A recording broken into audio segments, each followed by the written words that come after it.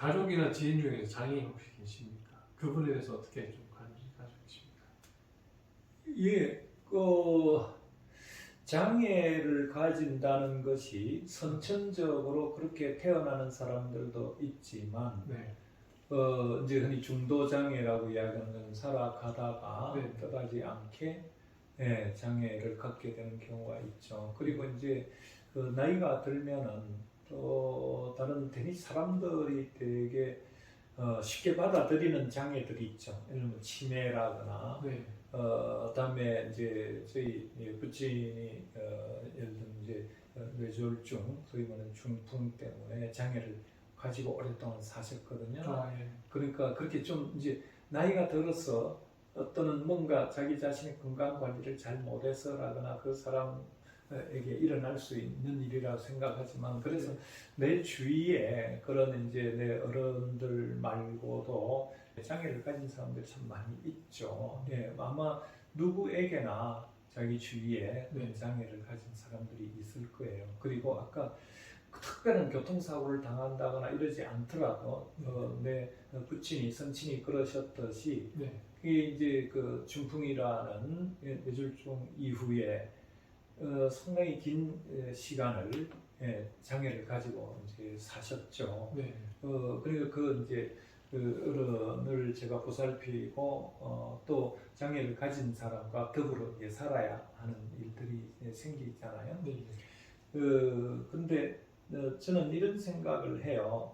장애라고 하는 것이 한편은 생물학적인 규정, 예를 들어 우리 운동 기능, 우리의 뇌 기능, 뭐 이런 것들에 문제가 생겨서 지적 장애라든가 운동 장애라거나 때로는 이제 예를 들면 심리적인 정서 장애, 반사회적 장애라거나 이런 것들도 많이 있죠. 그런데 그런 것들이 사실은 우리 그 뇌의 그 구조나 기능하고도 다 연결이 되어 있고, 그래서 장애가 한편은 생물학적 차원의 문제일 수 있지만 장애가 사회문화적 차원의 그 측면이 굉장히 중요하다고 저는 생각하거든요. 네. 이제 예를 들면 생물학적인 어떤 차원은 우리가 어찌할 수 없는 점들이 많이 있어요. 물론 그 이제 의료적으로 여러 가지 이제 치료를 하고 좀 더 또 재활을 할 수 있는 그런 도움을 사회 전체적으로도 줘야죠.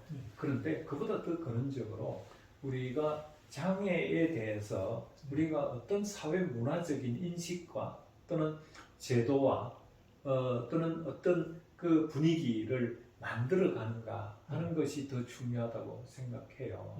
그래서 장애라고 하는 것이 어떻게 보면은 누구에게나 다 좋은 점과 잘하는 점과 부족한 점, 못하는 점이 있기 마련이고, 또는 어떤 적절한 보완책이 도구가 어떤 같이 그 사람 옆에 있거나 이러면은, 예를 들면 내가 다리를 좀 다치거나 심지어 좀 다리가 이제 절단되거나 그럴 때 이제 의족이나 이런 걸 할 수도 있고, 직방이든 이제 목발이라 하는 걸 가지고 할 수 있죠. 또 나는 뭐 어떻게 됐든 간에 선천적으로 약시가 좀 있었겠지만, 그런데 계속 뭐 아주 조명이 좋지 않은 데서 어릴 때부터 입시 공부하고 하느라 오래서 그런지 아주 고도근시로서 나는 이 안경을 벗으면 사실 많은 것들을 내가 찾을 수가 없어요.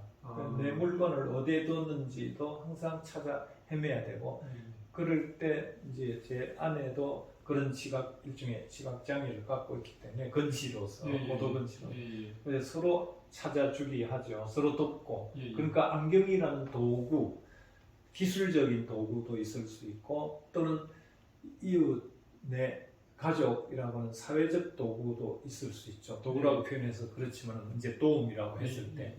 그래서 나한테 안경이 없었다면, 나한테 내가 더듬더듬 뭔가를 찾아 헤맬 때 그 나에게 찾아서 손길을 건네주는 아내, 가족이 없다면, 그런 것처럼 우리는 누구에게나 어떻게 보면 알게 모를 많은 장애들이 있거든요. 예를 들면 우울증, 이건 병이라고 생각하고 장애라고 아니라고 생각할지 몰라도 우울증을 앓는 사람들은 대단한 장애입니다. 그게 그 사람은 생활을 정상적으로 할 수도 없고 또 그 굉장히 다른 주위 사람들의 어떤 지탄이라거나 몰이해 속에서 그걸 견뎌내면서 그러다가 극단적으로 자살을 하거나 이런 것도 하고 그러죠.